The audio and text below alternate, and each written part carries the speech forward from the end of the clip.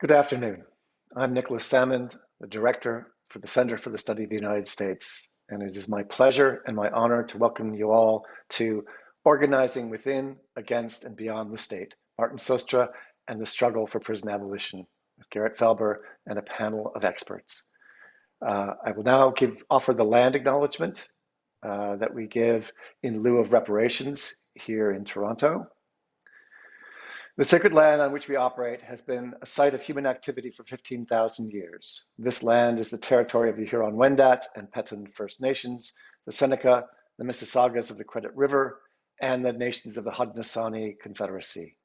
It is marked by a history of settler colonialism and genocide, as well as resistance.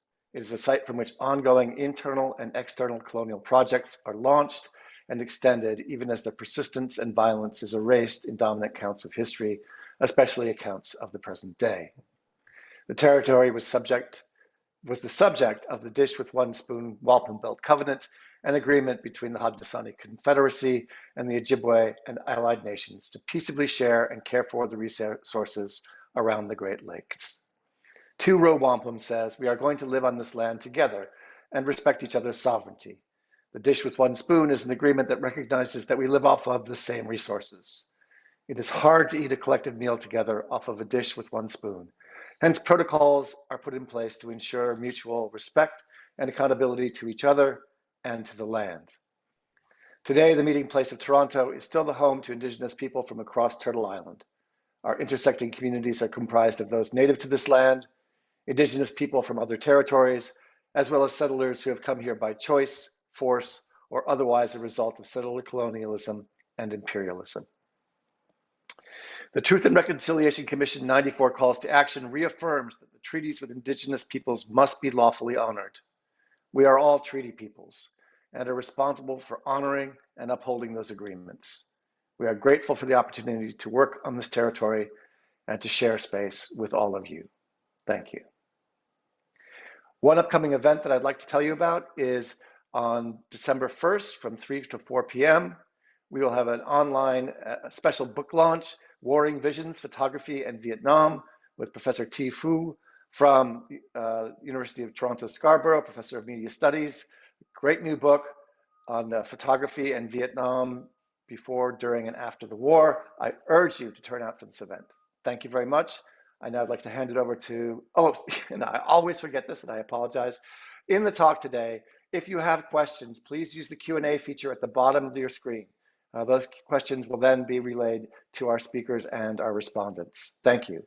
I'd now like to turn the event over to Professor Max Mischler from the History Department, who will be introducing the speaker and respondents. Thank you very much. Max? Thank you, Nick. And hello, everyone. Good afternoon. My name is Max Mischler. I teach in the History Department here at the University of Toronto.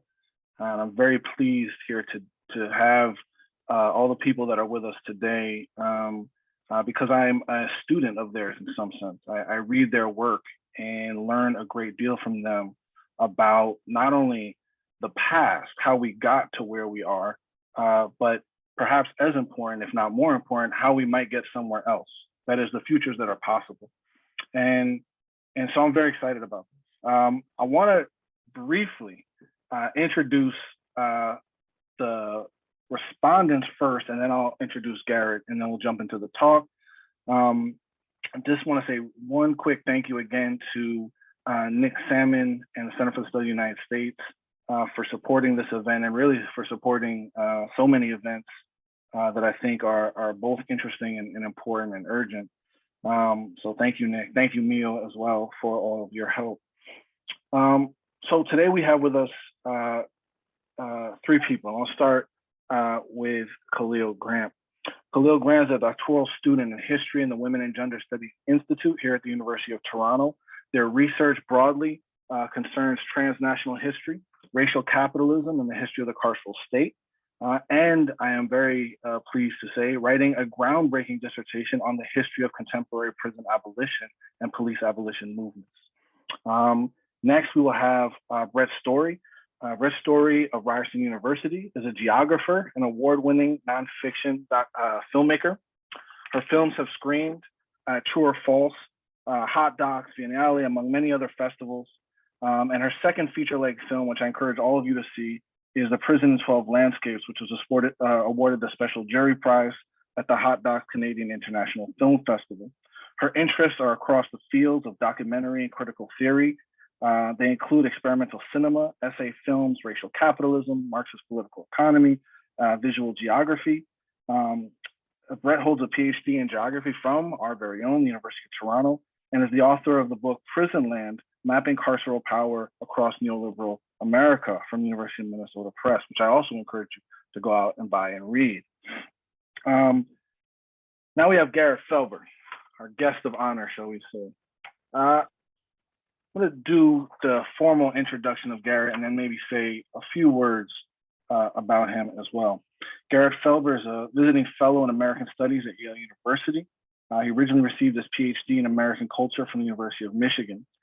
He's an interdisciplinary historian whose work focuses on 20th century social movements, Black radical tradition, and the carceral state.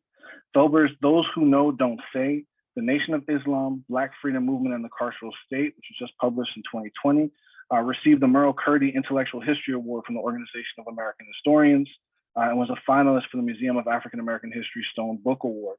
Now, for those of you who aren't historians, and hopefully many of you aren't, the Merle Curdy Prize is a very big deal. It's probably one of the more important prizes in our profession. So this was a great recognition. He's also the co-author of the Portable Malcolm X Reader with Manning Marable, and has published articles in the Journal of American History, Journal of African American History, Journal of Social History, Souls, and South African Music Studies. And all of that to say that Garrett Felber is probably among the most prolific historians of my generation. He's currently writing a biography of former political prisoner Martin Sostre, tentatively entitled, We Are All Political Prisoners, under contract with UNC Press. Among other things, Garrett has a unique talent in being able to research a lot, write a lot, and to stay involved in contemporary movements for social justice, particularly those that concern supporting the efforts of incarcerated people and formerly incarcerated people to find meaningful justice, both inside and outside of prison. Felber's committed to abolishing the prison industrial complex and all forms of state violence. He was the lead organizer of Making and Unmaking Mass Incarceration Conference, the founder and director of the Parchment Oral History Project, which led to the 50th anniversary commemoration of the mass arrest and expulsions of Black students from the University of Mississippi in 1970. He also co-founded Liberation Literacy, an abolitionist collective led by directly impacted people in Portland, Oregon. He's an organizer with Study and Struggle, a project that organizes against criminalization and incarceration in Mississippi through mutual aid, political aid, education, and community building. And I know that that was a long intro, but I actually think it's really telling. It says something about Garrett in a moment, in a time in which there's enormous pressure to publish or perish, to get one's work out. That so much of what Garrett does is actually less about professionalization and more about supporting the efforts of incarcerated and formerly incarcerated people to build power for themselves and to educate themselves. And that is actually the context in which I got to know Garrett. We did spend a year at Harvard arguing about many things with many people, but more what I learned from Garrett in that time period was the way in which he listened to incarcerated people and formerly incarcerated people, the way in which he used whatever resources he had to make space for them to put their voices forward, and really taught me a lot about the kinds of praxis one can establish in an intellectual setting if they want to. And so Garrett, I thank you for that. And you know you've taught me a great deal, both about the history of the United States and the carceral state, but also about how one can live a deeply moral life and the life of the mind. And it's a great, great gift that you've given me and given those of us that have crossed paths. So with that, I will open it up, Garrett. I'm really excited to hear about this new work and looking forward to hearing Khalil and Brett's responses too. Well, thank you, Max. I knew I'd be humbled by your introduction, so thank you. That's really generous. I also want to thank the sponsoring departments, the Center for the Study of the United States and the Munk School of Global Affairs and Public Policy, Professor Nicholas Salmon for making this happen along with Max and Brett. And I'm just really thrilled to be in conversation with Brett and Khalil as well today. So I'm looking forward to your comments and thoughts about this.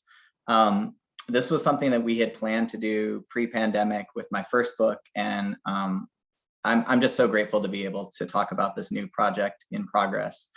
As Max mentioned, what I'm going to discuss today is drawn from my writing of a biography of former US political prisoner, Martin Sostre. So let me share my screen here before I get going too far. So Martin was a political prisoner, a radical bookstore owner, and a Black Puerto Rican anarchist. And much of my motivation in writing this book really stems from the generative ideas and actions in my own organizing, and for many of those with whom I organized, that were raised by Martin's life and thinking. So I want to start at the outset just by kind of laying out the stakes and the reasons for writing this book. In 2013, I was working on my dissertation, and I wrote a letter to Martin, who was then 90 years old. And I was hoping to interview him about these lawsuits that he had filed against the state of New York in the late 1950s and early 1960s. And I was not at all prepared for what I would receive in return. The enclosed documents contain more information than I could possibly convey to you via email or phone, he wrote me. And he had enclosed primary sources ranging from a Black liberation newsletter that he wrote from solitary confinement in 1971, to a photo of him seated with children at a daycare graduation 20+ years later.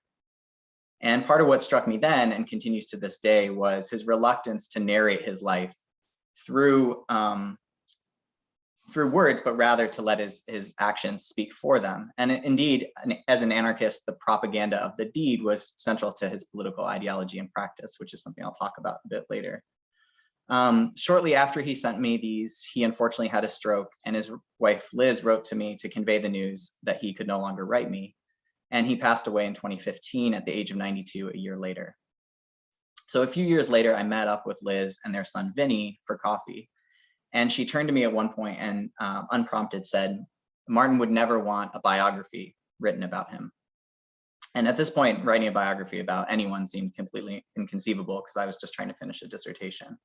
So I didn't ask any questions, but when I decided to work on this project in the last year, I finally followed up with her and said, what did you mean by that? And she clarified, she said, he wanted to make sure that his biography would be a weapon or an organizing tool, that readers would intuit from it a lifestyle that was committed to revolution and change.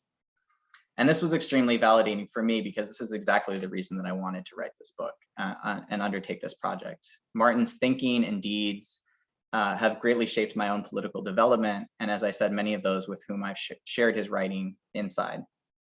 And certainly we're hardly the first to say that. Former Black Panther and political prisoner Lorenzo Kimboa Irvin, whose new edition of Anarchism and the Black Revolution was just republished by Pluto Press, dedicates the book to Martin. He was mentored by Martin for a month in 1969 when they were both at the same detention facility in New York City. Martin introduced him to anarchism. He told him how he had formed his defense committee. He encouraged him to study the law. And really, Irvin says this changed his whole life. And really, this legacy continued to a second generation. So when I mentioned I was working on this biography to one of my comrades in Pennsylvania, Stevie Wilson, he said that he knew about Martin. And I said, how? And he told me that he had read the zine, Letters from Prison. And this was actually a pamphlet produced by Martin's defense committee in 1968 and then reworked with an introduction by Lorenzo. So there's in fact this small but very direct line of people who have put Martin's ideas and personal struggles to revolutionary ends. So my hope with this book is to really deepen and widen that further. So through my talk today, I'll narrate much of Sostre's life chronologically, but I want to emphasize just how remarkable the kind of gap is between Martin's prominence at the height of his political struggles in the 1960s and 70s and today. This is slowly changing, but when I began writing about him in the final years of his life and immediately after he passed away, very few people knew who he was. As Miriam Kaba wrote on her popular blog, Prison Culture, in 2012, When I mention the name Martin Sostre, what comes to mind? For many, his name will conjure no words or images. So in 2019, I worked with the New York Times, who published this obituary in their Overlooked series of Martin. He was the first man to be published in their Overlooked series, but still there have been only a few academic journal articles and no full-length books, either academic or popular, since his release in 1976 from prison. Yet not that long ago, as Irvin claims, Sostre was the best known political prisoner in the world. You would often see free Martin Sostre posters at anti-war rallies or political demonstrations during the 60s and 70s. In 1976, when he had his sentence commuted by Governor Hugh Carey after being named a prisoner of conscience by Amnesty International, he was actually introduced by Angela Davis at a rally for Ben Chavis in the Wilmington 10.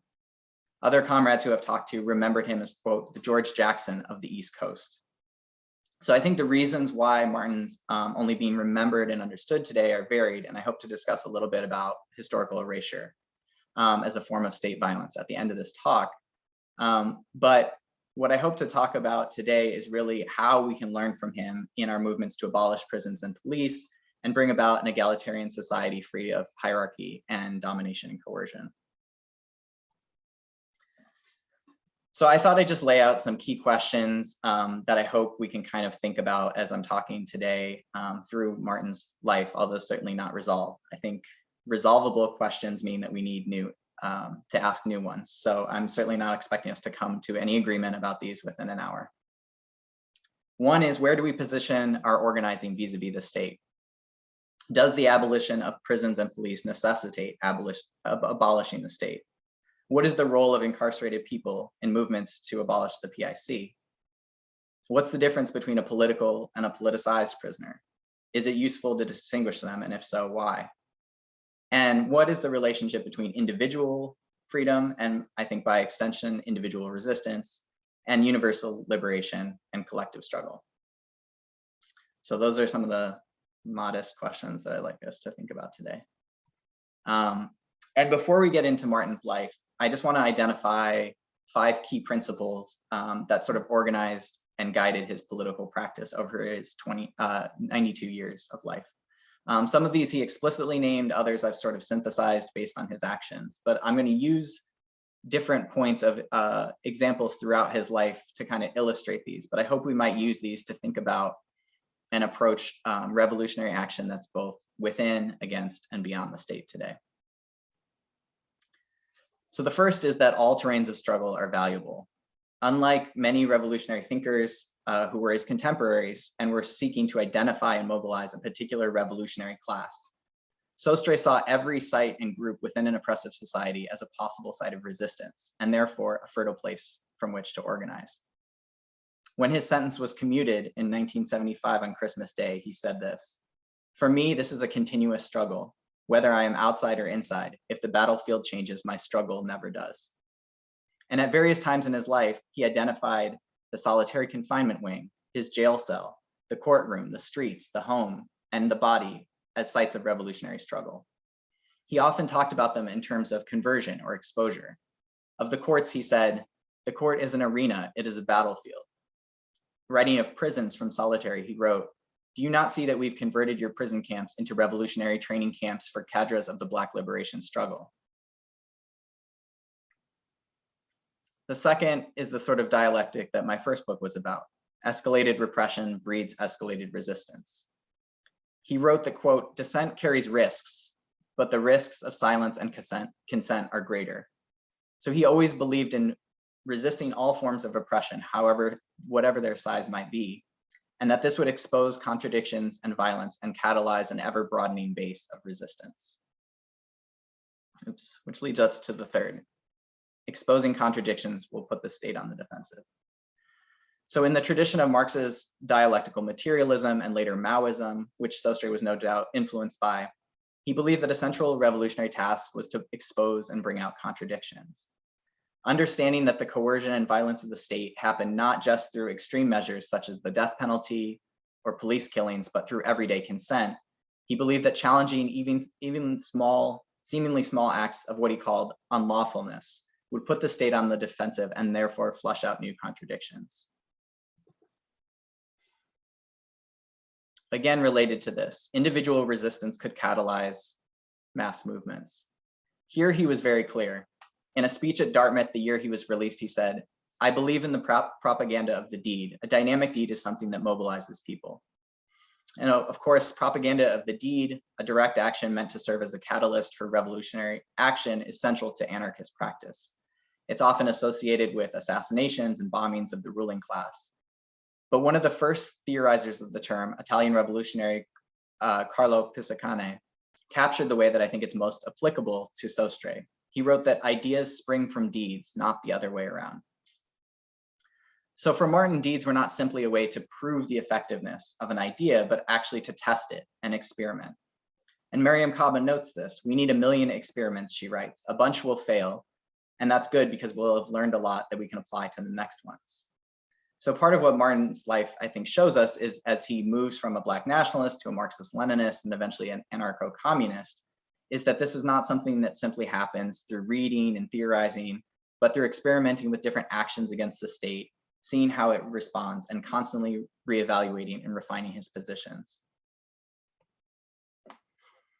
And this is perhaps, the fifth point is perhaps the greatest thread throughout his life, which is that revolutionary study must be accessible and communal. Whether in study groups in prisons during the 1950s, in his bookstore in Buffalo in the 60s, or really through his juvenile and education and awareness program, which was a youth mentorship program in the 80s and 90s, political education that was communal was always at the center of his work.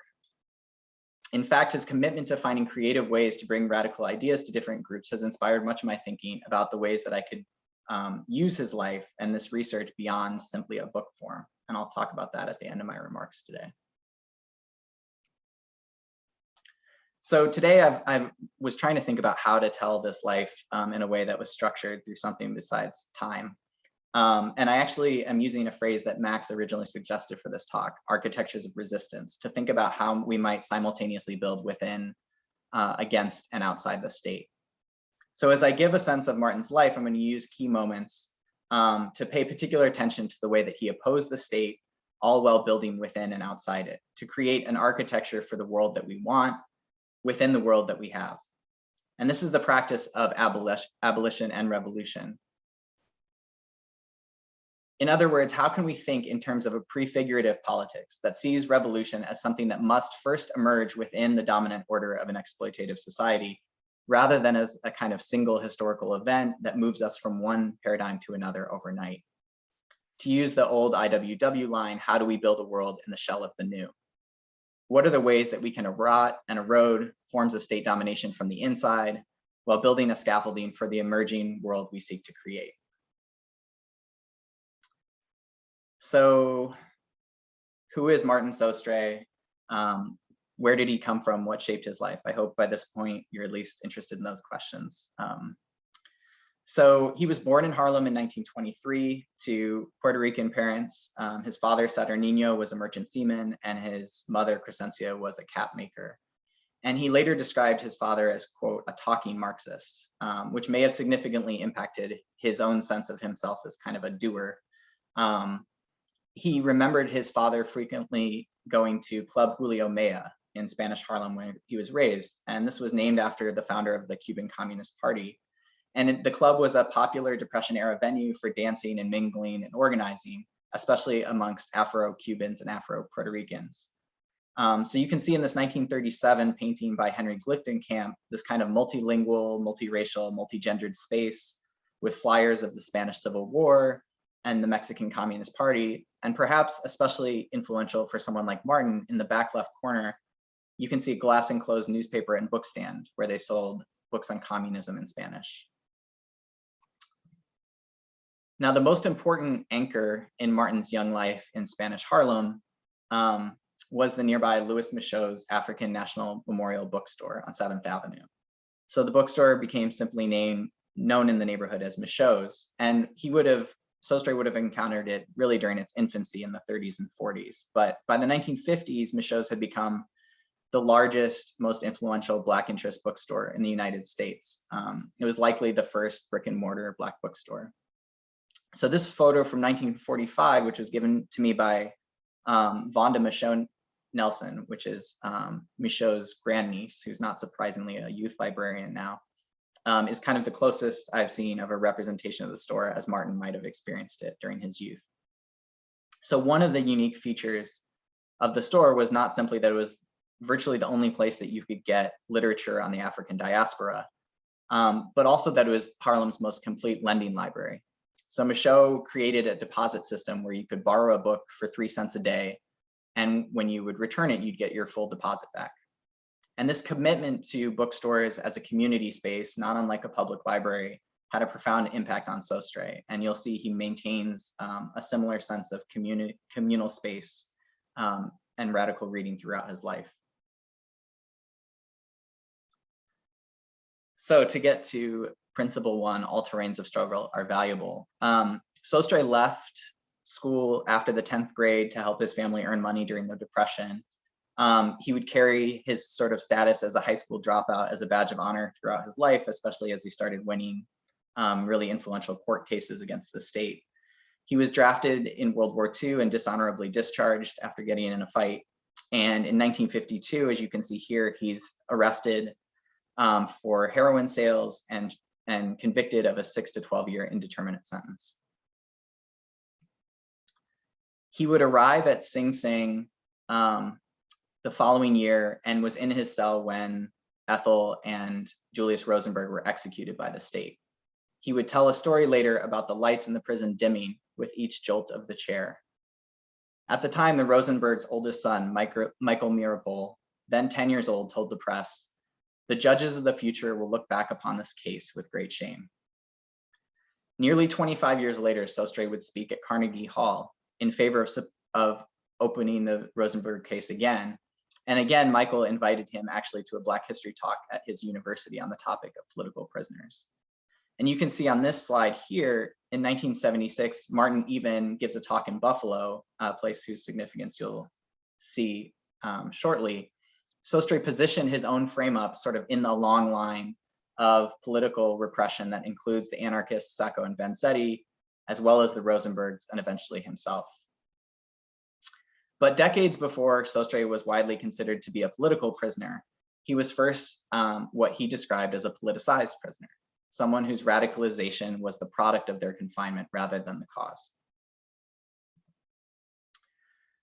So he described his incarceration from 1952 to 1964 as the first time that he had a chance to think and begin reading. He taught himself law, learned history and philosophy, began practicing yoga, and eventually joined the Nation of Islam. This is one of the only visual representations that we have of Martin in prison.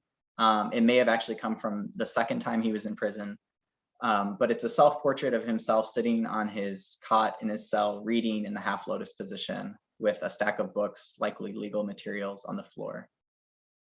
And I should say here, it would be impossible to overstate the impact of Martin's litigation and his jailhouse lawyering. He's probably the individual that is single most responsible for the constitutional rights of incarcerated people. For a little bit of context, until 1964, with a ruling of Cooper v. Pate in the Illinois State Supreme Court, this was a time period basically known as the hands-off era. So the courts felt like they didn't have jurisdiction over the constitutional protections of incarcerated people and were drawing upon a Reconstruction era ruling, Ruffin v. Commonwealth, which literally defined incarcerated people as a slave of the state. So Sostre and others in the Nation of Islam in the late 50s and early 60s began to creatively resuscitate Section 1983 of the Civil Rights Act of 1871. And this was meant to protect people against white supremacist vigilante groups during Reconstruction, but it allowed them to sue prison officials violating constitutional protections while acting under state authority. So that said, the few journalists and criminologists and legal historians who have written about Martin tend to see his prison litigation as an end in itself. So they'll describe him as a prison reformer or prisoner's rights lawyer. But it's really important to understand that he himself saw the courts, as well as other oppressive spaces like solitary confinement, as a weapon to be turned against those who wield them. So instead of setting up this kind of false binary between litigation on one end and direct action on the other, I'm going to take us through a single letter that kind of demonstrates how Sostre used them to complement each other as a multi-pronged attack against the state that was simultaneously demanding constitutional rights while also appropriating solitary confinement as a form of resistance. So this is something that actually the court used against Martin and other Muslims in these trials, but it was originally handwritten and confiscated and then is sort of retyped here. So the first is the strategy of writ writing. In 1961, Martin had written this writ that was against the Warden of Attica as well as the Commissioner of New York State. And he and other Muslims at the time were being held in solitary confinement and punished for asking for basic religious rights, such as an Arabic Quran, space of worship, access to Black newspapers, the ability to correspond with ministers. And this complaint would eventually go to court as Sumerian v. McGinnis and become one of the key precedents in the Cooper v. Pate 1964 case that wins constitutional protections for incarcerated people. And you might not be able to see it here, but the person who's listed as the plaintiff is James Doe. And that's important because what Martin was doing was he was writing writs that could then be, people could simply fill in their name. And he was drawing these up for Muslims across the prison. So this is actually confiscated in a bar of soap in solitary confinement originally. That's how the state finds this. And what's significant about Martin is not simply that he was a jailhouse lawyer, but that he was one of the first to use his skills as a collective strategy. So they were flooding the court with these cases that were all identical but had different names. And in these second documents, the second part of the letter here, he painstakingly explains to the comrade that he's sending this to how many stamps to buy, which paper to use, how to get the paperwork notarized on which day. He describes legal papers, ink eraser, stamps, and a pen as, quote, the most important weapons in fighting Satan, which is an Arabic transliteration of Satan. But all of these legal strategies coincided along with direct action takeovers of solitary confinement. So as he explains at the end of this letter, quote, the box is the only weapon the wardens have to maintain discipline in the prison. When the box ceases to work, the entire disciplinary and security system breaks down. So for years, Martin had been watching as wardens would take a few sort of leaders of the Nation of Islam and put them in solitary confinement in order to quell the spread of Islam inside. So in response, he and others decided that they would purposefully commit infractions, filling solitary confinement, and of course, making wardens choose whether they sort of wanted to disregard the arbitrary rules that they were working to enforce or create hotbeds of activism in the solitary confinement gallery. Perhaps just as importantly, this also was making their case before the courts. So at the same time that they're all being held in solitary confinement, they were then trying these cases. So this was sort of a living testament to the suffering that they were complaining of in their writs. Now, solitary confinement is by its very design an individual punishment. It's meant to disconnect people from human interaction and their communities. To try and survive it alone meant a tacit consent to the rules which governed it, thereby reinscribing its power. To collectively reject that consent by willfully filling it was one way to empty it of its power and render it less useful as an instrument of repression.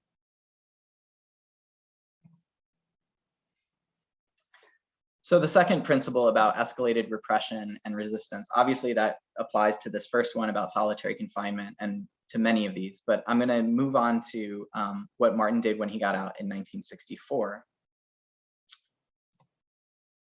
So he served the full, remember he had a 6 to 12 year indeterminate sentence. He served the full 12 years, the last 5 of those in solitary confinement for his religious beliefs and his activism. And he was released to Buffalo, where he began working at Bethlehem Steel, which was one of the largest steel plants in the world at the time. And within 6 months, he had saved enough money to open one of the first radical Black bookstores in the country. As Joshua Davis documents, as late as 1966, most American cities, even those with a predominantly Black population, such as Atlanta, DC, Oakland, or New Orleans, still did not have a single Black-oriented bookstore. So this was really significant. He described his bookstore at the time as a power base of revolutionary political philosophy. From its inception, he was committed to political education and books on Black radicalism, Pan-Africanism, as well as African-Asian independence movements. Even the name itself, the AfroAsian Bookstore, reflected a global anti-colonial solidarity that sort of gestures towards the non-aligned movement of the 1950s. So during this time, he worked grueling day shifts at the steel mill and then would open the bookstore at night. And he has to experiment with all sorts of different things to get people into this radical bookstore on Buffalo's East Side. So as you can see in these ads, which are in the Black newspapers, the Criterion and the Challenger, he sells African wood carvings, Black literature, pamphlets, encyclopedias. When I sent this to his son, Vinny, he was like, I can't believe my dad was selling Christmas cards. So he's experimenting with all these different things. If you see on the one on the right here, he finally realizes that if he sells records, it's a great way to get young folks into the store. So he sets up this amplification system outside of the store, plays records and sells them inside. But of course, many of those records are things like Malcolm X's speeches. He eventually opens a second store, the East-West Bookshop, that sold predominantly records. And this was run by his partner at the time, Geraldine Robinson, who was a single mother of 5 children and was 23 years old. And although I won't be focusing on Robinson in my talk, I recently spoke with her, and she was telling me that she used to write, she would listen to the radio and write down all of the hit songs that Martin should buy on 45s, and told me with certainly some amount of pride that more people were going to her bookstore than his. But both of these stores, like Michaud's of his youth, were community spaces where people could sit and read all day and talk to Martin. People would mostly refer to it as a library when they would talk to me, more than a bookstore. But for Martin, it was a political base, and this became especially crucial during the long, hot summer of 1967. So for 3 nights that summer of '67, Buffalo became one of 8 of the major urban rebellions alongside the likes of Newark and Detroit, and a total of 164 that summer. During that period, which he described as the most exciting time for the bookstore, he would stay open all night. People could seek refuge from tear gas and police beatings. And of course, Martin would give them literature and deliver speeches. He wrote later, I had something concrete that was currently happening right outside for everyone to see. All that was missing were the cattle prods. Now, on the final night of the rebellion, firefighters and police blew out the windows of his store under the pretext of a fire next door at the Woodlawn. So this is actually, I know this is a really bad grainy photo, but this is the only photo I've ever found of the bookstore. And you can see the sort of plywood up over the front of it next to the Woodlawn. And what happened was Martin sort of used the boarded up windows to make a community bulletin board. So he started putting up newspaper articles.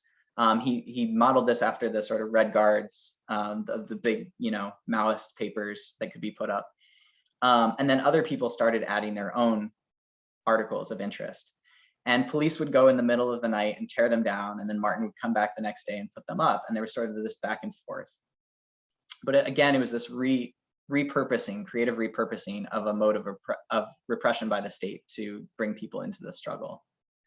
Finally, 2 weeks after the rebellion, police and FBI raided his store while he and Geraldine were there, and they framed them on heroin charges. They used an informant who was incarcerated and used it as a trade to get out of jail.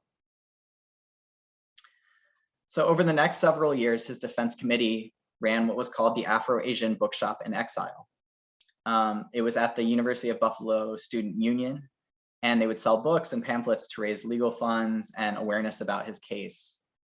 And in the end, all the things that police accused Martin of doing during the rebellion, they themselves did with his bookstore.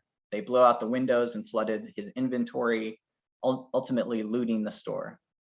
But in response to that repression, it became more than a single brick and mortar space. In the sense described in Russell Maroon Shoatz's famous essay, The Dragon and the Hydra, the bookstore became more decentralized and impossible to behead. So in future years, other bookstores in exile popped up at university campuses across the country in support of Martin's struggle.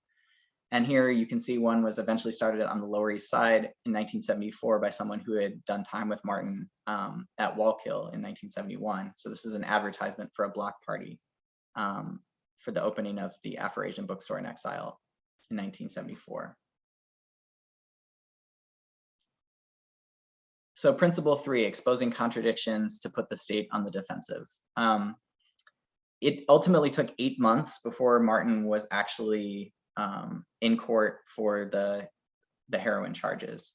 His initial bail of $50,000 for an alleged sale of a $15 bag is the equivalent to $414,000 today. It was higher than anyone else held at the jail. And despite going before 4 judges asking for a reduction, which he ultimately got twice, it was still never enough that he could actually get out and search for his witnesses. In the meantime, he could not afford an attorney, and he finally insisted on defending himself.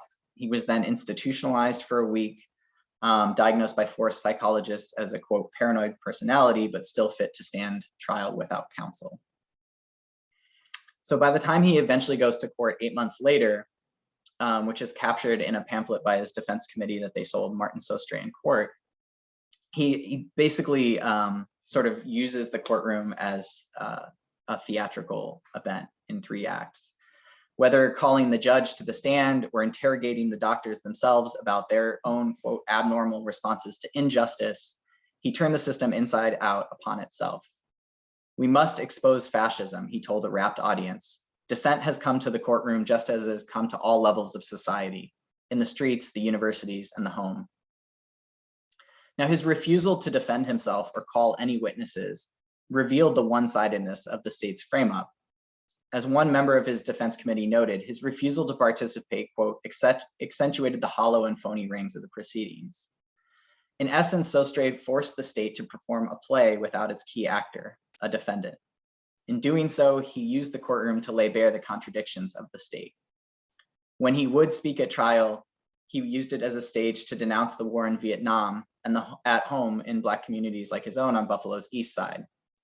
Racism and militarism are 2 claws of the same hawk, he said. Rarely in the annals of American law has a legal proceeding been so infected with unfairness and prejudice. Law professor Herman Schwartz later summarized the case.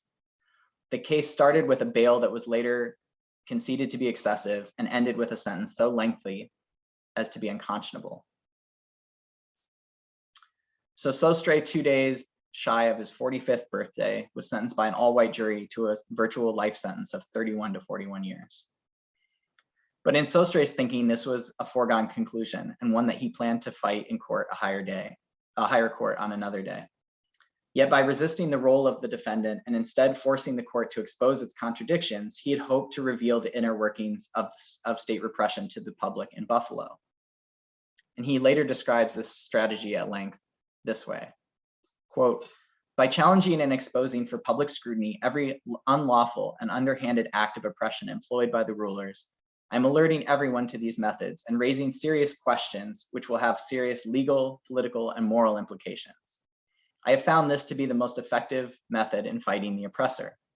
By challenging every unlawful act, you force him to commit overt acts in order to cover up the original crime. He will then be forced into a defensive stance and will compound the original crime into 2.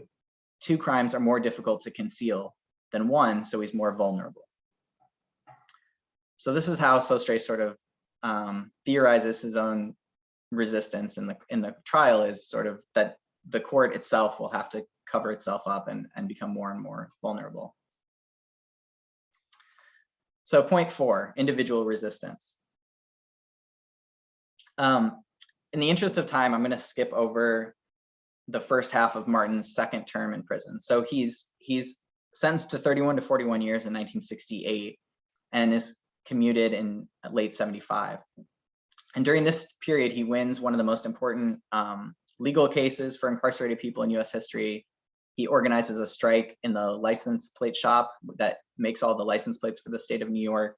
He edited several radical newspapers, including the one that he sent me in 2013, and he organized a union for incarcerated workers. So he's certainly doing a lot in this period that I'm just going to gloss over. But I want to get to this 4th point beginning in 1972, which was one of his greatest struggles and one that he saw as a deeply spiritual one. It was against state sexual violence and over questions of identity and bodily sovereignty. So around 1973, Martin begins refusing routine rectal searches, which were required if you wanted to leave your solitary confinement cell to go to visitation or have yard time. And he also refused to shave his 1/4 inch length goatee. So there's a 1974 documentary that I encourage people, if you're interested in Martin's life, to watch. It's on YouTube, called Frame Up. And this is a little 2-minute clip of Martin kind of describing his resistance to these two things. Oh, and I need to make sure that my sound is being shared. 1 second.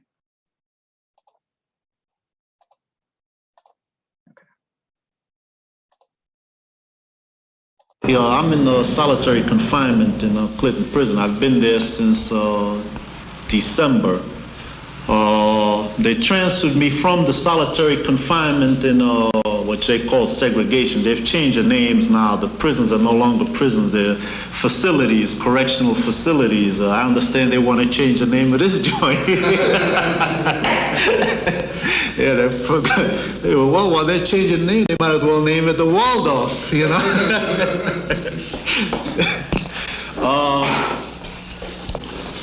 I'm fighting the rectal examination issue, and I'm fighting the beard. I've had this 1/4 inch beard. In fact, I was wearing this outside. This has become fashionable now, especially in the ghetto. No, I don't smoke, thanks. But I've had this for quite a few years. In '67, the police mugshots show me like this. This is my identification. So now they want me to shave the beard off and just wear the mustache.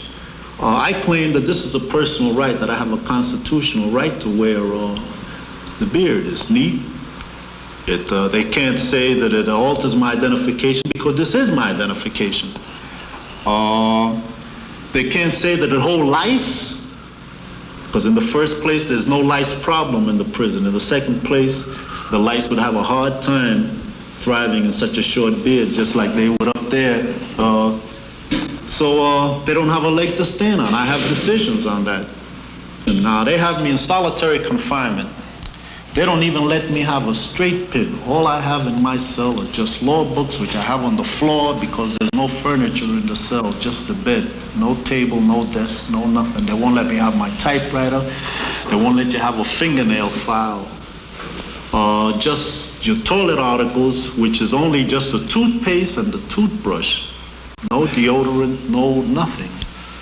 But yet they require that every time you leave your cell, the solitary confinement building, to go, let's say, to the hospital inside the prison, or to go to the visitor's room to see your attorney or to see your private visit, that you strip down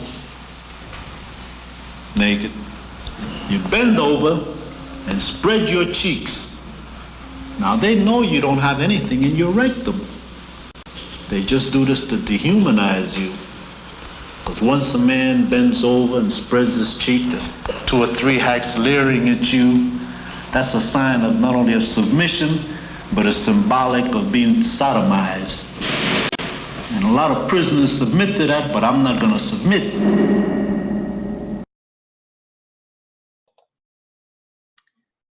So the cost of these refusals is really hard to measure, I think. Martin was denied visitations for refusing this with supporters, loved ones, his legal team. He continued to be beaten throughout this period, as many as 6 times. It eventually took a whistleblower in a cell next to him to testify in court about plots to kill him. At one point, he came to court unable to speak and with visible bruising. And he describes, as you see here, these cavity searches as an attempt to humiliate and dehumanize him and break his spirit. And he even tried to organize a strike against these in solitary. I think his emphasis on the prison as a site of sexual violence remains an important case study for us today, why we need anti-carceral feminist responses to sexual violence outside, not carceral ones. And also that his arguments about state identity, state assigned identity versus individual identity, map onto contemporary struggles by trans prisoners and other marginalized groups, illuminating the ways that the state authorizes particular forms of gender, sexual, religious, and racial identities while deeming others illegitimate and deviant. Oops, there we go. And he paid not only a personal price for his resistance, but also in terms of support.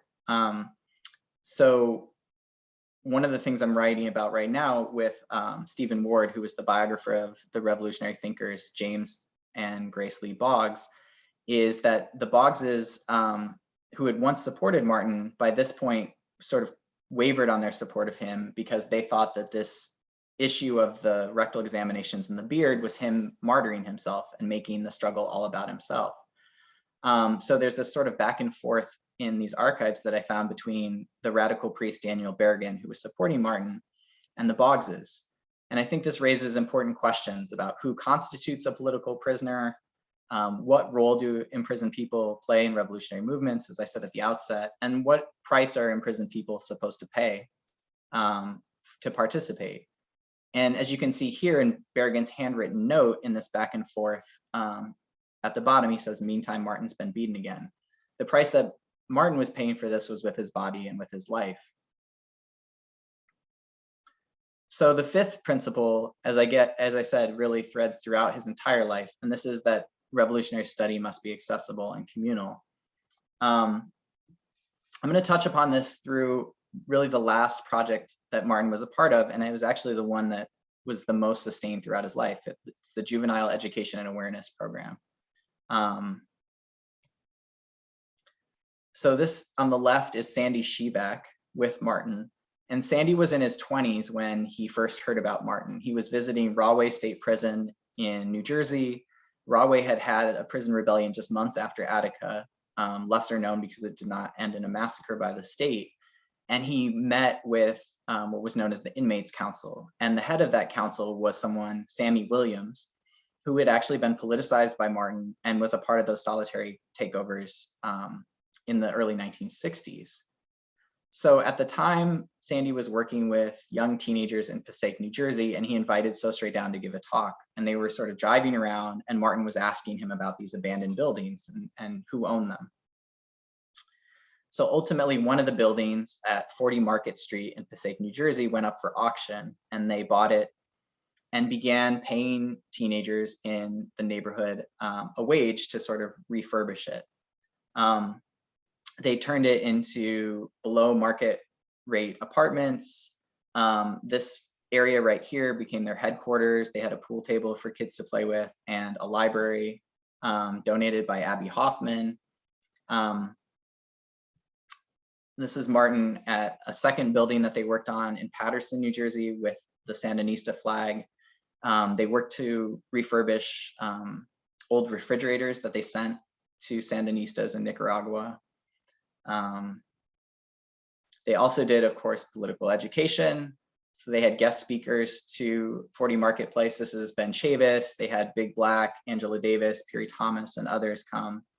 And the kids themselves, I say kids, they're older than I am now. They're in their 40s and 50s, but they were teenagers in the 80s and 90s. And they took different lessons from this. So some of them talk about learning about South African apartheid for the first time from this.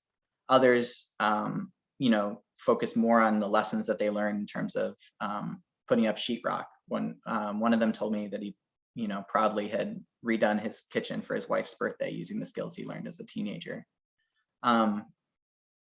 But Sostre insisted that the work that they were doing was every bit as revolutionary as anything he'd done prior to that. In the late 90s, as you can probably imagine, there was a period where they came under fire for, quote, teaching communism to kids. And Martin emphasized that we teach them things that they would never learn in school, and that's our duty.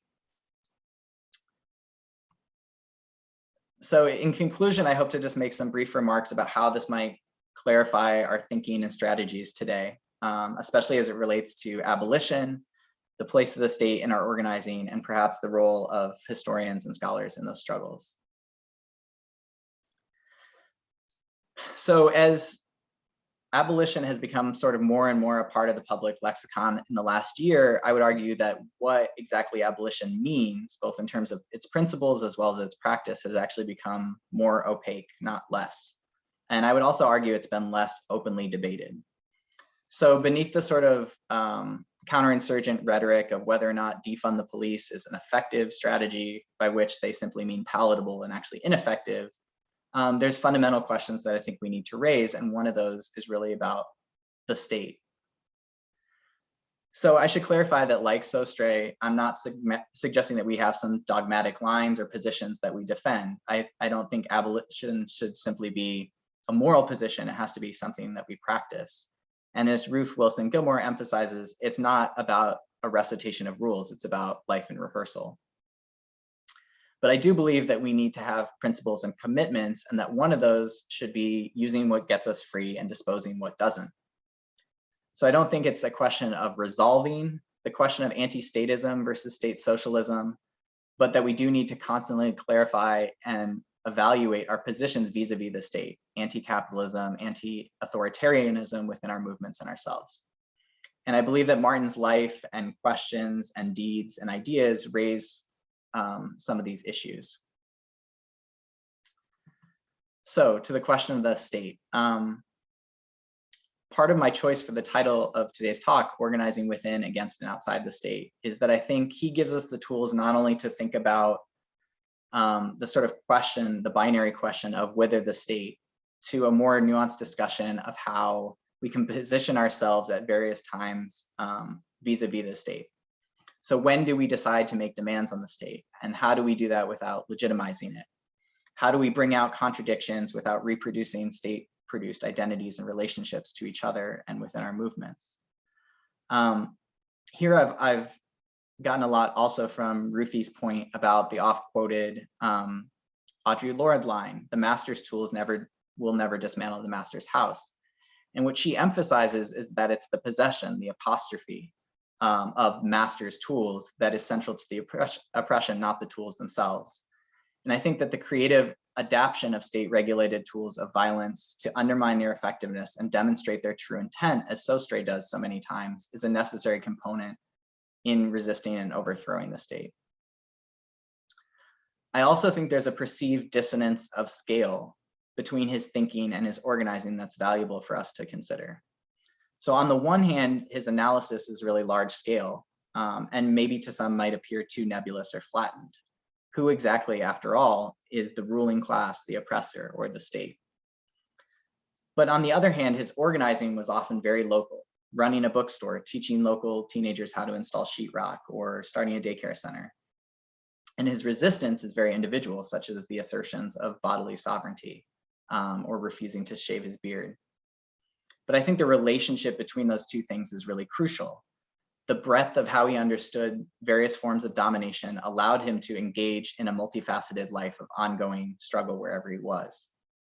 So his theorizing of freedom in its most repressive spaces, such as solitary confinement, or the prison yard, or the organized abandonment of New Jersey, allowed him increasingly to see liberation as simultaneously smaller acts of defiance connected to a larger system of domination. So he was able to think simultaneously about the scale of the earth and the body. His understanding of oppression was as large as the state, and his notions of freedom as small as the individual. To put it simply, if domination and hierarchy is everywhere in our lives, so too are daily opportunities to resist and undermine them. So speaking of scale, I'm going to end with a relatively small scale intervention, which is the role of the historian in all of this. And I say that as whatever that term means to you all. So I'm not using it here to be synonymous with like an academic or professional historian, but really a student of history, which I consider myself and many of my comrades. So what's incumbent upon us as people who are able to record or disseminate histories of resistance that have been purposefully destroyed or rendered unknown? Prisons destroy lives. I've long known this and felt this phrase, but this project has made me grapple with a second meaning to that, which is that prisons also destroy the very records of lives. And it's often only through resistance that those lives have even been preserved. but that resistance often brings even more destruction and rupture. So really the state destroys people, relationships, and places that we struggle to create in building revolutionary movements. Historical erasure is more than just a case of forgotten figures or a vague suppression of information. It's an ongoing process, sometimes extreme and sometimes quotidian, through which the radical worlds and possibilities that we create are obliterated and rendered obsolete, as if they never happened at all. I was thinking about this recently. I drove around Buffalo for the first time last month, and I had a list of addresses, and they were of Martin's bookstore, where he lives, where he worked. And they were just empty lots after empty lots. And when I met with Geraldine and her son Terrence, who was 8 at the time of the frame up, he listed every address that he's ever lived at in Buffalo. And he said, they're all empty lots now. He said he would stand in front of them sometimes, but quote, it's like they're trying to erase my life. Historical erasure is more than a case of forgotten figures, right? It's an ongoing process through which all of these things are destroyed. And the erasure is not merely about future generations knowing or not knowing. It's about the physical record left after a struggle over life and death. So this past summer, Lorenzo Camboa Irvin shared a proposal with me and some other comrades about what he called the Martin Sostre Institute. And it was something that he wanted to do to keep Martin's legacy alive by supporting political prisoners, providing legal help, and sharing his ideas and work. So William C. Anderson and I have decided that we would simply start by making Martin's writings and ideas more widely known. So if you go to this website, the Offshoot Journal, which William started with some other comrades, we've started redesigning Martin's writings as zines and making them available online. We also started a Twitter account through the Martin Sostre Institute, which has allowed us to kind of intervene in public debates, such as this one, which was about No Name's Hood Library and people who, sort of said, well, what's revolutionary about books? So we shared Martin's life and the ongoing, his sort of commitment to radical community spaces. This is my comrade Lawrence, who's a really talented artist. And I had sent him one of Martin's writings, The New Prisoner, when Lawrence was in solitary last year. And he said it had a really profound effect on his politics and his thinking and kind of shifted in more towards anarchism. So he drew this portrait of Martin for Martin's son, Vinny. But then we also used it as the cover for the new zine, The New Prisoner, that we're doing. So part of this project, for me, is really not just about the reconstruction of a forgotten history of struggle, but about using those histories to continue the unfinished and really unfinishable project of organizing for different worlds. So I will end there, and I'm really excited to hear from Brett and Khalil, and stop talking. Thank you, Garrett. That was fantastic. So much to think about. So let's jump right into it. Brett, you can lead the way. Thanks, Max. Yeah, thank you so much. Thank you so much, Garrett, for that remarkable presentation. Of course, thanks also to Nick and Max and the Center for the Study of the United States for organizing this. I'm just really thrilled to hear and learn more about Sostre's life. It's actually remarkable that we're so close to Buffalo geographically here in Toronto, and yet again, and as you point out, for structural reasons, so much of that knowledge has been erased or belittled. So it was really fantastic to hear you tell us more, and also to know that this project is ongoing. I'm really excited about it, and I'm very happy to be invited to think alongside you here and with Khalil as well. So actually also Garrett and I think originally met in a radical bookstore, right? In Baltimore. And so it's also, I think, obviously important, but also just really interesting to think about the prison and the bookstore as these sort of spaces that we can think of on a kind of continuum of radical organizing and possibility. So in my brief response, I guess I just want to hone in on a couple of things that you mentioned that I find interesting to think about. And one, you briefly mentioned that Sostre spent at least some of his time at Auburn Penitentiary in upstate New York, which is, from what I understand, where he organized that strike that you mentioned in the license plate shop. And Auburn, for those of you who are not aware, is one of the US's very first penitentiaries, having been constructed in 1816, and was really important in the history of solitary confinement as a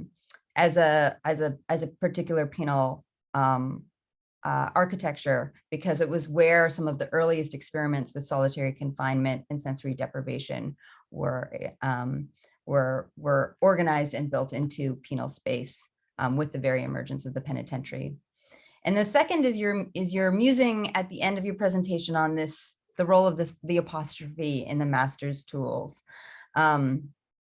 And the connection of it to this idea of an architecture of resistance. And so much of your presentation, Garrett, is of course about Sostre and his radical life and relationships and influence, and also about history, but it is of course also about the importance of space. And as a geographer, that's what I'm going to underscore in my brief remarks. So I'm wondering if we might kind of think together a little bit about how we might transfer the lessons learned about Sostre's own organizing within various forms of what we could call the master's space into today, where such spaces have been ever more disorganized, surveyed, militarized, erased. I'm thinking about, again, those empty lots that you mentioned in Buffalo. So to that end, I think I'll just take a few minutes to connect these things by saying a few things about the history of the solitary confinement cell and its relationship to prisoner-led organizing, political organizing across the whole history of the prison's existence. So the first institution in the US to experiment with solitary confinement was a place called the Walnut Street Jail in Philadelphia, which was built at the end of the 18th century by members of the Quaker Church, actually. With the objective of not just punishing criminals, so-called criminals, but also rehabilitating them. So in the space of the solitary confinement cell, the prisoner, it was believed, would find the kind of requisite conditions for inner reflection, communion with God, and thus to redemption. And this model was quickly adopted at the original American prisons, introduced first in Philadelphia at Eastern State Penitentiary and then in Auburn, New York. But even in this original 19th century kind of reformist guise, the isolation cell also served a very deliberate function of internal social control. So in texts from this period, reformers registered a kind of deep and abiding fear that a revolutionary conspiracy might at any time break out among the condemned. This is 200 years ago, right? So the literary scholar Caleb Smith, for example, describes the reformers' obsession with contagion within spaces of captivity, right? The same condition of bodily proximity that facilitated, for example, the spread of jail fever would also spread the ideology and tactics of riot and rebellion. The functions of the isolation cell were thus twofold: to physically dispel prisoners' bodies so as to prevent contact and communication between them, and also to break prisoners' unruly wills, or as reformer Jonas Hanway put it, to, quote, subdue the ferocious. So fast forward to the second half of the 20th century, a period and subject that Garrett knows very well, having written so beautifully and rigorously about the place of the Nation of Islam and Black freedom struggle. So in the 50s and 60s, it was precisely the incredibly effective organizing of incarcerated and politicized Muslims that incited authorities to systematically reintroduce isolation and sensory deprivation tactics that had themselves been used and perfected as technologies of behavior modification and torture during the Korean War and other wars, reintroduce those tactics systematically within the space of the American penitentiary. And then now, of course, we live in the age of the supermax, a type of maximum control penitentiary in which the majority of prisoners are kept during the duration of their confinement in almost total isolation, usually 23 and a half hours of their day in total isolation. While there was one control unit prison, supermax prison in the US in 1985, by 1995, there were more than 40. Today, every state has its own supermax prison. And since the early 1980s, isolation has constituted the fastest growing conditions of detention. And yet, or perhaps of course, the supermax has become its own important site of struggle. So many of you might remember July of 2013, when some 30,000 prisoners in California initiated the largest hunger strike in US history. This was California's third collectively organized hunger strike in just 2 years, and it originated from the deepest bowels of Pelican Bay Penitentiary, where the hunger strikers were themselves kept in and were protesting against their isolation. So as I'm thinking about this history, and I'm thinking about Sostre's own experience and resistance to not just police repression, but penitentiary confinement, solitary confinement, I'm reminded of this comment by political prisoner Angela Davis, who once said, "Those of us with a history of active struggle against political repression understand, of course, that while one of the protagonists in this battle was indeed the state, the other was not a single individual, but rather the collective power of the thousands and thousands of people opposed to racism and political repression." So as we move into conversation, and we welcome remarks and responses from Khalil as well, I would love to hear Professor Felber discuss more about how Sostre himself considered and made use of space, turned the master's space into liberatory spaces, produced new spaces of congregation and struggle on the outside, like the bookstore, but also what sort of conditions he was working within that have perhaps transformed at this time, and what potential you see both inside and outside the penitentiary, or in urban space, for the kinds of radical reuses of space that Sostre was so committed to. I mean, I'm thinking, for example, about the real estate speculation pricing out the possibility of the independent bookstore in many of our cities. And so what possibilities are remain within the current conjecture and the current organization of sites of captivity, as well as spaces on the outside as well. Thank you. Thank you, Brett. Khalil. All right, thank you. I have the good fortune of going after Brett's story, so good luck for me. Okay, so thank you, Garrett, again, for those wonderful remarks, and thank you, Brett, for that very thoughtful response. I think even in hearing your comments already, it's got me thinking about revising mine a little bit on the fly, but nevertheless, this idea of the master space, I actually really like, because in hearing you talk about Sostre, Garrett, one of the spaces that I've been thinking intensively about is, of course, the school. So before I start about the school, I just wanted to share a little bit about what's been going on in our space here in Toronto a little bit. So summer 2020, we had 3 youth arrested for their participation in the defacement of colonial statues glorifying slavery and Indigenous genocide here in our city. In summer 2021, one of our key organizers was arrested at a memorial for the death, police murder of Regis Korchinski-Paquette, an Afro-Indigenous woman who was killed by Toronto police. This was a memorial that her family had helped co-organize with Black activists, and one of the head activists was arrested, again, a youth, whilst the family was being harassed by Toronto police. Just this morning, an organization called Hamilton ESN, who's been supporting homeless people being evicted from encampments in the park, held a press conference in response to 6 youth being arrested for their support of the people living in the parks, 5 of whom were Black, one of whom is a prominent disability activist and the Black Lives sort of activist here in our city. So I've been thinking a lot about some of the final comments and quotes you shared from Sostre about youth, in particular, this quote, "We teach them things they would never learn in school. It is our duty." And the reason why I'm thinking of this idea of the master space that Brett's story had shared is because the school is, in many ways, the master space. At the same time, it is our youth currently, at least in our city, and certainly across Canada, the United States, and many places, who are actively confronting the violence of the carceral state.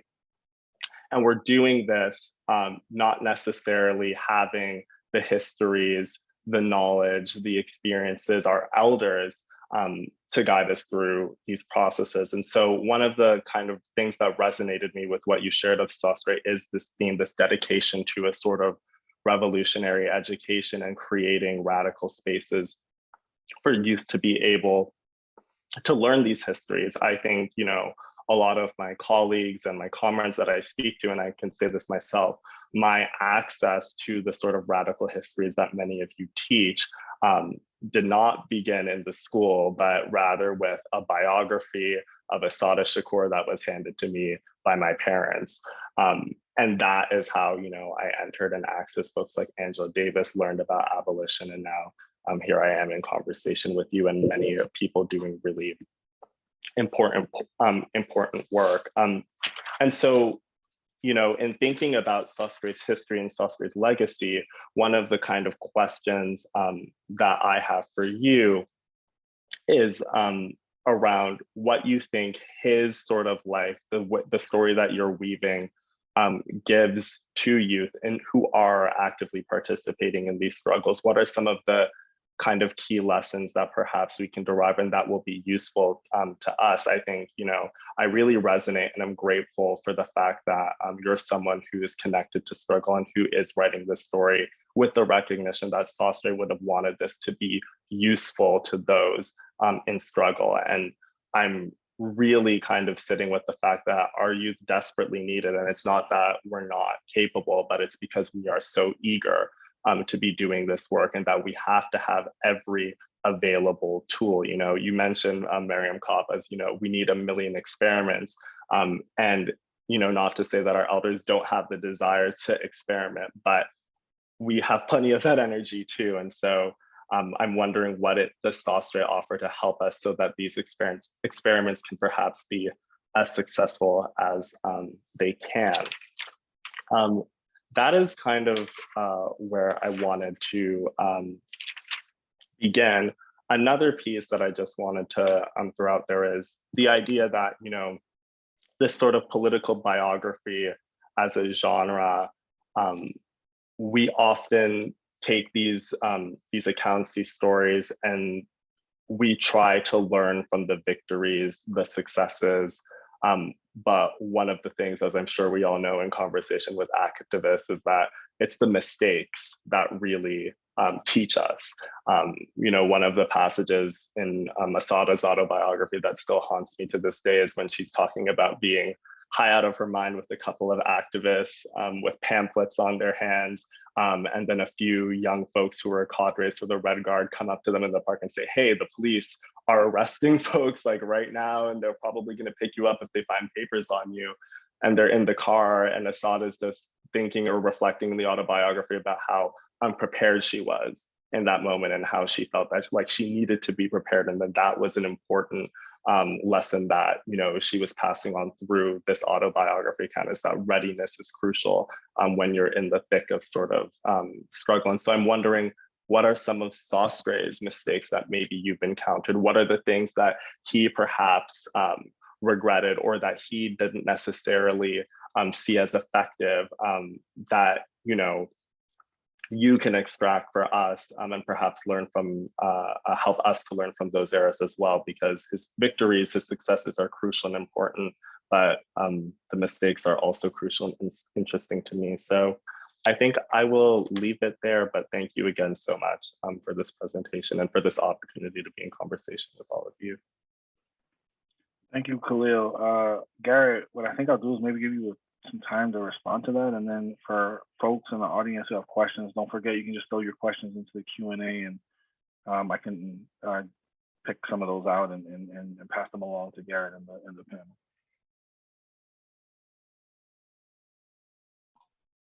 Okay, I might be all over the place, so apologies in advance. These are both really, really helpful responses. So I'm trying to think about organizing my thoughts. I mean, Brett, your point about Auburn is so interesting because not only I was thinking about, yes, Auburn is this historically significant space in terms of the origins of solitary, but is also in terms of the origins of solitary plus forced labor.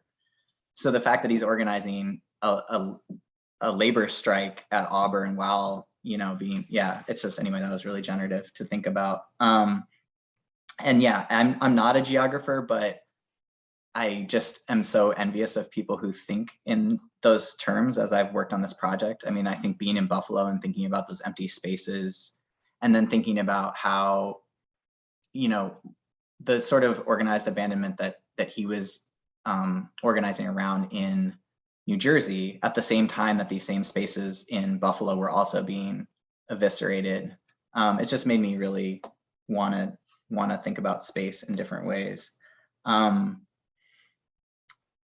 Okay, so this point that Khalil brought up about the school, I'm so glad you connected that because for the last several years, just in terms of like my personal journey of organizing and thinking about how and where I want to put my energy, it's really moved away from the school and the university to, and I think part of that, which I just was clarified for me, is that same thinking occurred for me in thinking about how the university is tied to the state.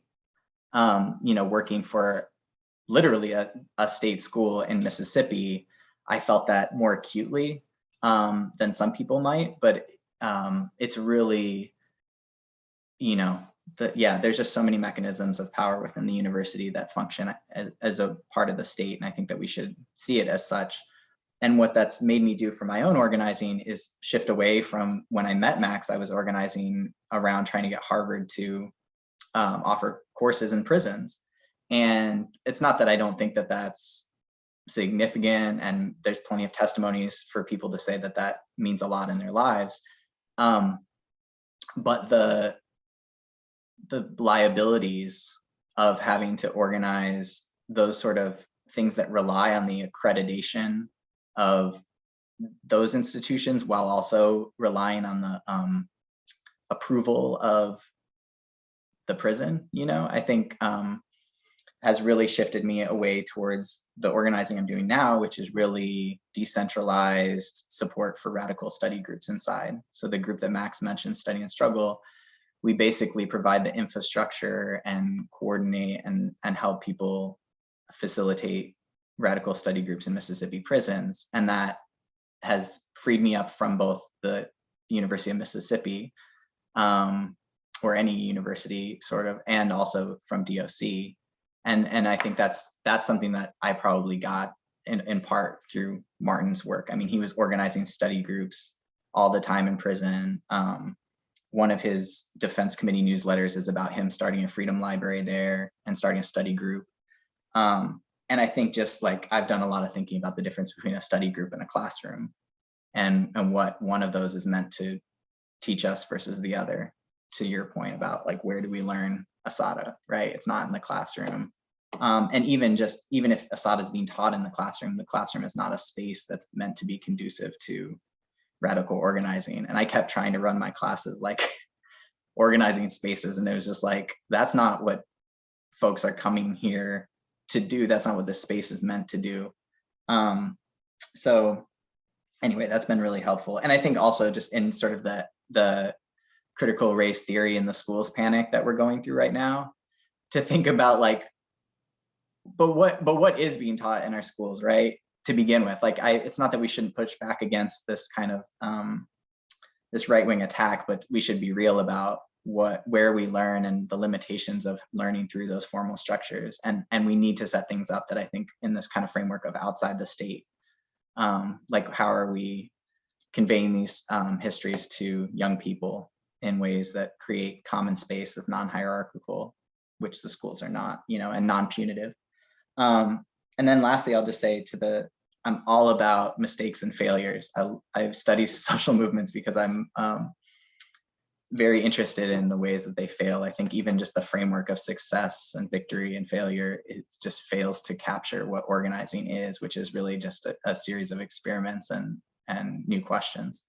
So a couple that I don't know that Martin would say himself, but I just have been, I mean, one of the things about writing a biography is you start in awe of someone and then you develop frustrations with them, right? And so one of those is that, and I think these are related, but Martin was vehemently against dogma and sectarianism, but he had his own sort of like dogmatic sense of like what a revolutionary was. Even if it wasn't a party line type of thing, it was like no one was revolutionary enough for Martin. Like you see throughout these periods of his life where he will organize with people, and then there's some breaking point where he's just like, no, I can't organize with these people because of this principle.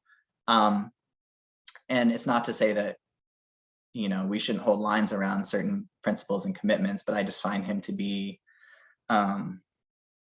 his revolutionary litmus test was pretty high. And what it meant was that for a lot of periods, and I think it's influenced by the way that he had to organize, which was in solitary confinement for so long, that he sort of had to develop a framework for organizing individually. But yeah, I just think in terms of building like big, broad-based coalitions, he often would get really frustrated with where people were and tend to maybe throw them away in a way that frustrates me personally as someone who understands that like we need to some extent, like big tent, broad-based coalitions.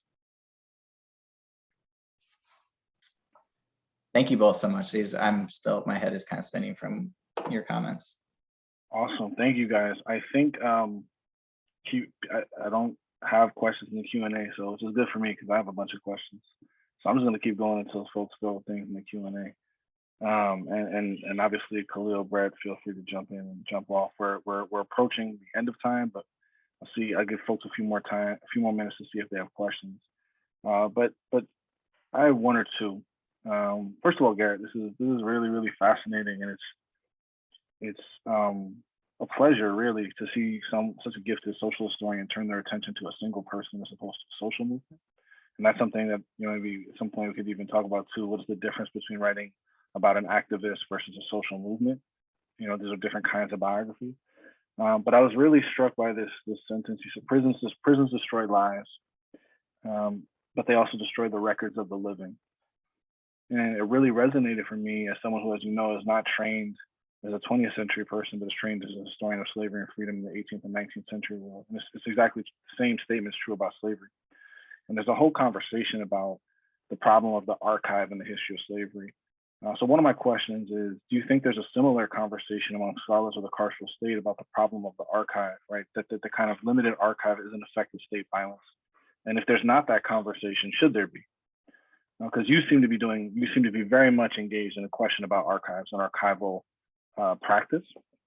The other question I have is sort of related a little bit to some of what people brought up, but it's really, because you worked with these big people, Malcolm, Sostre, and the question that comes to mind with someone like Sostre is like, what sustains a life of struggle? And I noted two things that Malcolm and Sostre shared in common, and I wonder what you make of this. Let's write it down. One, they both worked at major industrial plants. Sostre worked at Bethlehem Steel. And if I'm not, you're the expert, so you tell me, but if I'm not mistaken, Malcolm worked, I believe, at a Mercury Lincoln plant in Detroit for a period of time. So how does their experience with labor, and how does the experience of working these industrial jobs, do you think, impact how these people, but we can focus on Sostre, how they think about struggle and revolution? And also, if I'm not mistaken, both of them seem to have had vocal, radical parents. Malcolm's father, if I'm not mistaken, was a kind of Garveyite preacher of some repute, and Sostre's father appears to have been sort of sympathetic with, let us say, the sort of Black communist movement in Harlem. So how did their experience, or how did Sostre's experience as a worker and as a child of activists, how do you think that shaped his kind of political trajectory? Okay, I'm going to go reverse order of what. So actually starting with Martin and Malcolm, you know, they're not just these big figures, but their lives overlap, right? Like Malcolm was not only an inspiration to Martin, but they may have even met, as Malcolm is, you know, the minister in Harlem. He testifies at the case that Martin writes the writ for in 1962. And actually the part that I'm really interested in, to do a little bit of a pivot, is the way that I think probably the radical mothers of both get written out of their life stories.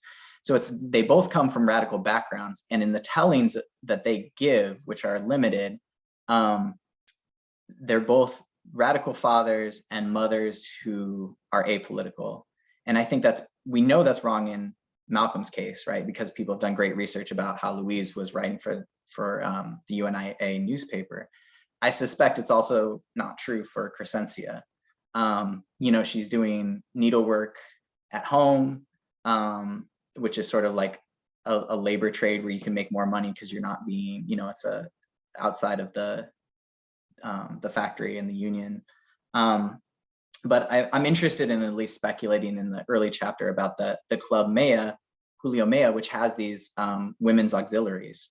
And it's a space where women can actively participate in struggle. So yes, I think it's significant that they come from political families, and also that I think both of them kind of either write their mothers out of it or just understand their mothers to be doing domestic work that was deep politicized when in fact it was political. I don't know about the industrial labor, because both of them do it pretty briefly. Like they sort of do it as a way of, I mean, Martin's working at Bethlehem still for less than a year. But he certainly does, it's a good point in the sense that he worked in, he was at Clinton prison for most of his incarceration from 52 to 64. And Clinton prison was one of the major producers of textiles for New York State. So he was working with basically like a spinning mill, an industrial spinning mill. So, you know, when I talked to Sandy and was like, so how are you guys, like who's installing who knows how to install sheetrock? Like, did you know that? And he was like, no, Martin knew that. I'm like, how did Martin know all of these different crafts? And I think it's from prison jobs. So actually to kind of like complicate it, I think it's about industrial work, but it's also about prison industrial work. It's about the labor inside the prison. But I do think it gives a sense of like the idea that Martin had for like organizing everyone, and specifically organizing youth, comes from that particular background of labor organizing, but within a context of the prison. And I forgot to say, to Khalil's point earlier, that, you know, the 5 principles, I feel like the one that I left out is youth organizing, because Martin's bookstore was all about organizing Black youth in Buffalo. That was, I mean, there were hardly any people there who were not 25 and under. And most of them that he was interested specifically in reaching were folks on the East Side. Finally, the question about the archive is so on point, and I hadn't really, I sometimes neglect the kind of historiographical debates because I'm interested in like the material condition debates. Not that they're completely isolated, but I think absolutely the problem of the archive needs to be more of a central question for carceral state folks. And I don't think it's just about what can the archive tell us, but like a centering of who's, as a response to that, whose stories are we centering, what can we know? Because one of the big problems I have with the carceral state stuff is just these kind of, I think it stems from the archive, but an uncritical telling of state domination that's not countered by a dialectical analysis of who's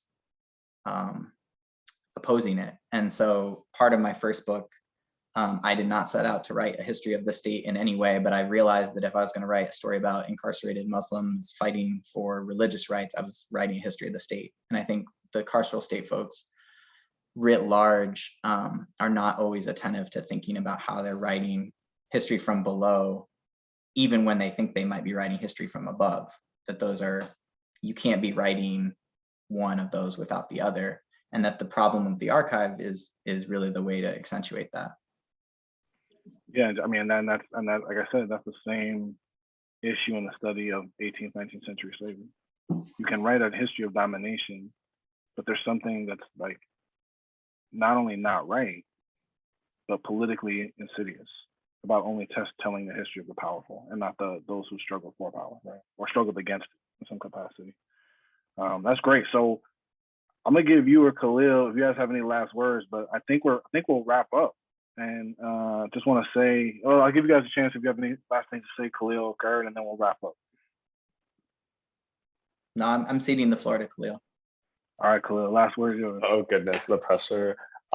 Well, you know, I guess the only thing that I kind of left out is, you know, this idea of the propaganda of the deed, and this is just something to sit with. I think, you know, it's a really fascinating and important historically specific phrase, obviously. And I'm still wrestling with the idea that, you know, regardless of the deed, we still have to reckon with what those deeds mean, how they're interpreted by either our enemies, our comrades, our masses that we purport to represent. And when it comes to that sort of, when we think about this question of abolition's relationship to the state, which I think Martin Sostre's life gives a certain kind of depiction and maybe even an answer to those sort of tensions, I think we still have to reckon with, you know, what we do with the state as abolitionists. And I'm not quite sure if we have had that moment yet, but I'm really interested to see how this biography contributes to furthering that discussion, and because I think it's one that we're kind of having, but perhaps in the footnotes and the subtext and and inside conversations. But thank you, because it's given me a lot to think about on that front as well. Awesome. All right. Well, thank you so much, Garrett, for sharing your incredible work with us. And when the book comes out, you know, we'll have you back and see if you changed your mind about anything. But thank you so much for joining us today. Thank you, Khalil, for your participation and response. And I will say thank you to Brett too. Brett, unfortunately, had to take off to go to a film screening, but we appreciate her so much here at CSIS. Nick, any last words before we as we wrap up? Well, yes, Max. I wanted to say thank you, Max, for organizing this event. It was fantastic. And Garrett, as someone who works tangentially on the bookstores as sites of organization and community, that was really generative and helpful. And I'm going to be poaching lots of stuff from you if I can. Khalil, thank you for your comments on youth organizing. So important. And I just am grateful to have had the chance to be a fly on the wall for this incredible discussion. Thank you. And I look forward to seeing the book itself as well. To those of you who are still with us, if you know of other people who would benefit from this conversation, we are recording it and we will be putting it up as soon as possible. So please spread the word about it.